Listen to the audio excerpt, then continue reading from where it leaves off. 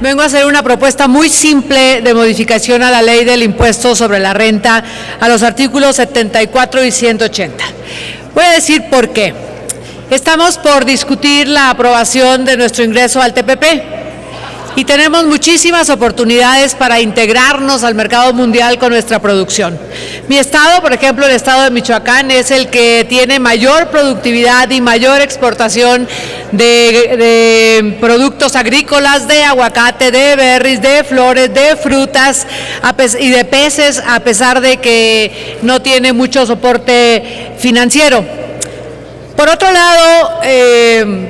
hemos visto y estamos todos preocupados porque la pobreza en nuestro país aumenta. Según la información del Coneval, que es quien evalúa el efecto de los programas sociales en la población y a ver si cumplen sus objetivos, ha reportado que la pobreza en nuestro país aumentó.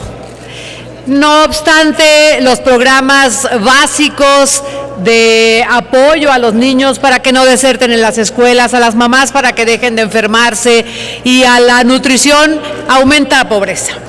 La Auditoría Superior de la Federación reportó, por ejemplo, que el programa o la estrategia de cruzada contra el hambre apostada en 2014 con 160,000 millones de pesos, no ha tenido ningún efecto sobre la disminución de la desnutrición en 7 millones de familias. Hablando con el encargado de Coneval, nos decía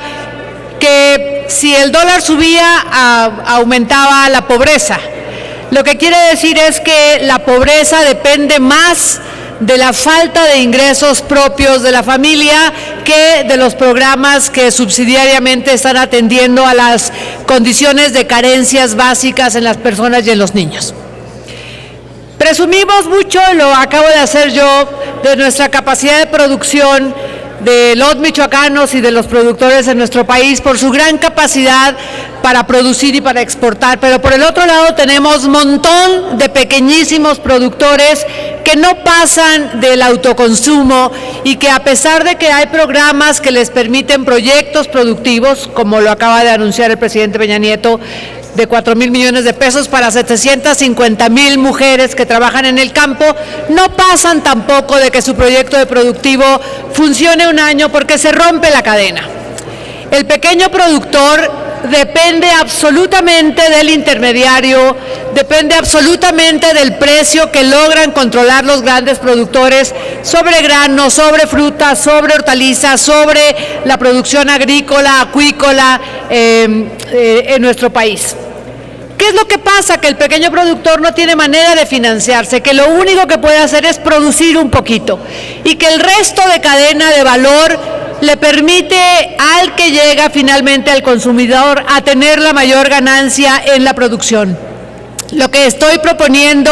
en esta iniciativa es que haya la posibilidad de que pequeños productores se asocien y que tengan la posibilidad de generar toda la cadena de valor sin cambiar de régimen fiscal, porque de repente producen más y cambian absolutamente de régimen fiscal y se cae su posibilidad de entrar a un proceso de menos pobreza y de una producción sustentable. Lo que pretendo entonces es que ellos puedan mantenerse bajo el mismo esquema fiscal, siempre y cuando se cumpla la condición de que por lo menos el 80% del trabajo que se genera para la cadena de valor lo generen entre ellos mismos y que este apoyo sea los 5 primeros años de su constitución como cooperativas o como productores de una cadena de valor, y para que en estos 5 años se fortalezcan y puedan después entrar ya a un régimen fiscal mayor. Con esta iniciativa creo que salimos ganando todos, el gobierno, los productores y la disminución de la pobreza, porque ellos entrarían en la formalidad y pagarían su impuesto y dentro de 5 años saldrían de la pobreza, habría que invertir menos en los programas de apoyo a los más pobres y este país podría presumir de menos desigualdad, de una disminución en la brecha entre los que más ganan y los que menos tienen. Yo me refiero a artesanos, a productores del campo que tienen menos de 2 hectáreas, a veces hasta media hectárea, a productores acuícolas que tienen una producción muy pequeñita y a un montón de gente, de familias, de mujeres que producen para autoconsumo. De tal manera que con estos antecedentes y con la motivación de que los pequeños productores se fortalezcan y salgan de la línea de pobreza, es que sugiero la reforma de los artículos 74 y 180 de la Ley del Impuesto sobre la Renta para quedar como sigue. Artículo 74,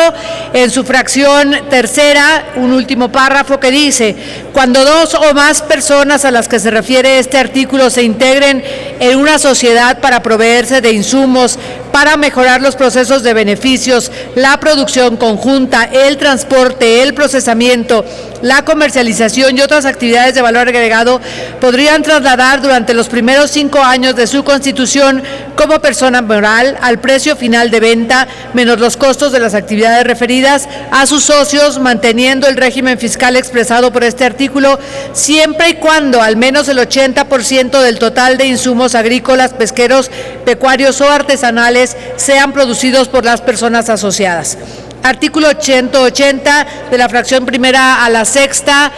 queda igual, y al final a las sociedades a las que hace referencia el artículo 74 de esta ley no les serán aplicables las guías sobre precios de transferencia para las empresas multinacionales y las administraciones fiscales aprobadas por el Consejo de la Organización para la Cooperación y el Desarrollo Económico de 1995 o aquellas que la sustituyan. Transitorios, el presente decreto entrará en vigor el día siguiente de su publicación y se derogan las disposiciones que se opongan. Es cuanto, señor presidente.